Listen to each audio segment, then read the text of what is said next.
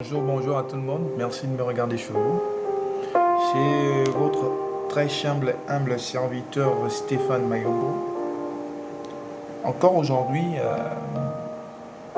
je me suis réveillé avec une envie de certainement vous dire quelque chose d'assez important. Et il n'y a pas de mots pour définir un peu ce que je vais essayer de faire passer comme message. Le monde est ce qu'il est, mais en réalité, l'interrogation est pour nous, les êtres humains. Devant le réchauffement climatique,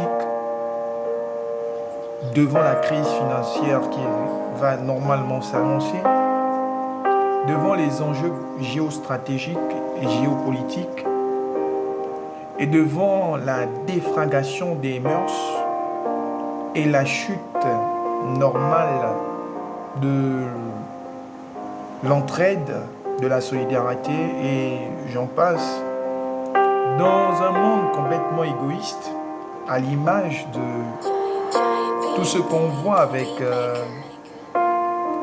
monsieur Kylian Mbappé et tout ce qu'on remarque un peu comme élément dans le sport et j'en passe.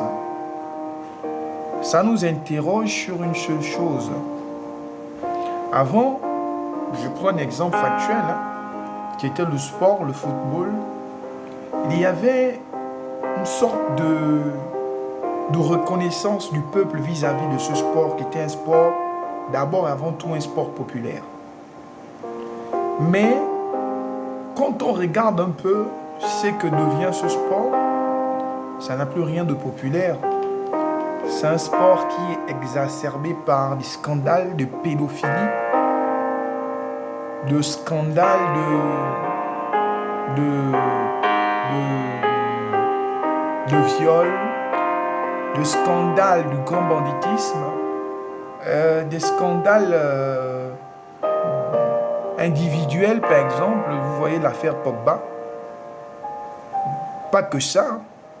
Vous voyez un peu ce genre de militantisme qu'à l'époque on ne trouvait pas dans le football. Alors, je ne dis pas qu'il ne faut pas améliorer les conditions des joueurs. Encore moins qu'il faut dire que, par exemple, qu'il ne faut pas améliorer la condition de l'homme noir. Non. Parce qu'en réalité, ce n'est pas dans ce sport-là qu'on va avoir une amélioration réelle dans le changement de l'approche collective de l'être humain vis-à-vis de l'homme noir. Et en particulier, du racisme qu'on trouve par exemple dans tous les domaines, c'est dans les décisions des hommes politiques. Les gens veulent nous faire croire qu'en réalité le sport a une capacité de faire bouger les lignes. Mais le sport, c'est du spectacle. C'est là pour distraire. Ça ne fait pas améliorer les conditions des gens. Alors que là où il y a le pouvoir décisionnel, ce sont les députés. C'est la présidence de la République. Et j'en passe. La seule capacité que nous avons aujourd'hui, actuellement, nous, en tant que peuple, en tant que personne, de faire changer les choses, c'est de moraliser les citoyens, d'inciter à l'information, d'inciter aussi à changer de mindset. Surtout à dire à l'Africain, stop. Stop pourquoi? On parle beaucoup plus des choses de la petite sirène, qui sont pour moi des futilités, qui ne changent rien dans la vie des gens, parce qu'on a soi-disant changé un polar de Disney en mettant une figure noire. On pense que ça améliore les conditions des femmes battues dans le monde, des femmes noires esclavagisées dans le monde, des femmes noires qui sont traitées dans des pays où les droits de l'homme ne sont pas respectés. On pense que c'est en faisant ça qu'on va changer le stéréotype qui se trouve dans la mémoire des gens, c'est pas les dessins qui changent la vie ou les stéréotypes des gens, c'est des lois. Encore une fois de plus, on fait beaucoup plus dans le divertissement que dans le changement réel.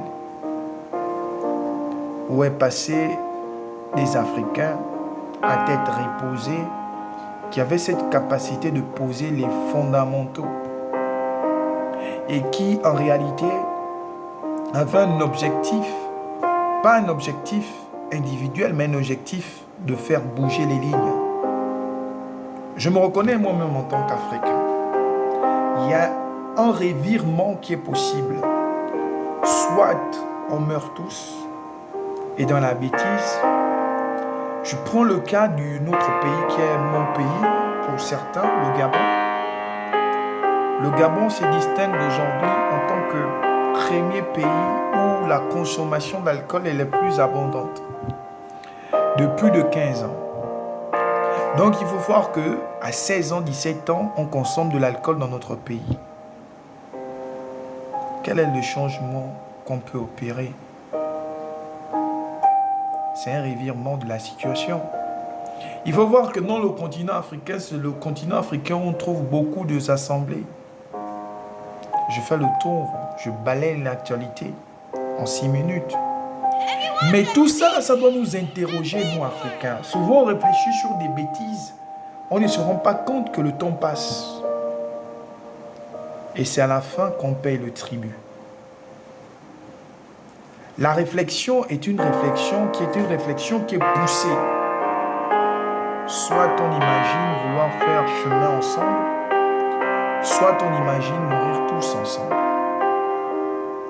J'ai pris le temps d'expliquer ça en quelques instants pour vous dire en fait que l'Afrique a besoin de ses enfants. Que le débat soit apaisé. Que ce débat ne soit pas dans une sorte de machiavélisme ou encore dans une sorte de fanatisme exacerbé, mais dans une forme de raison et de rationalité. Très sage africain, c'est avec plaisir que j'ai pris le temps de vous parler. Et encore une fois de plus, merci de m'avoir regardé. À la prochaine vidéo. Ciao.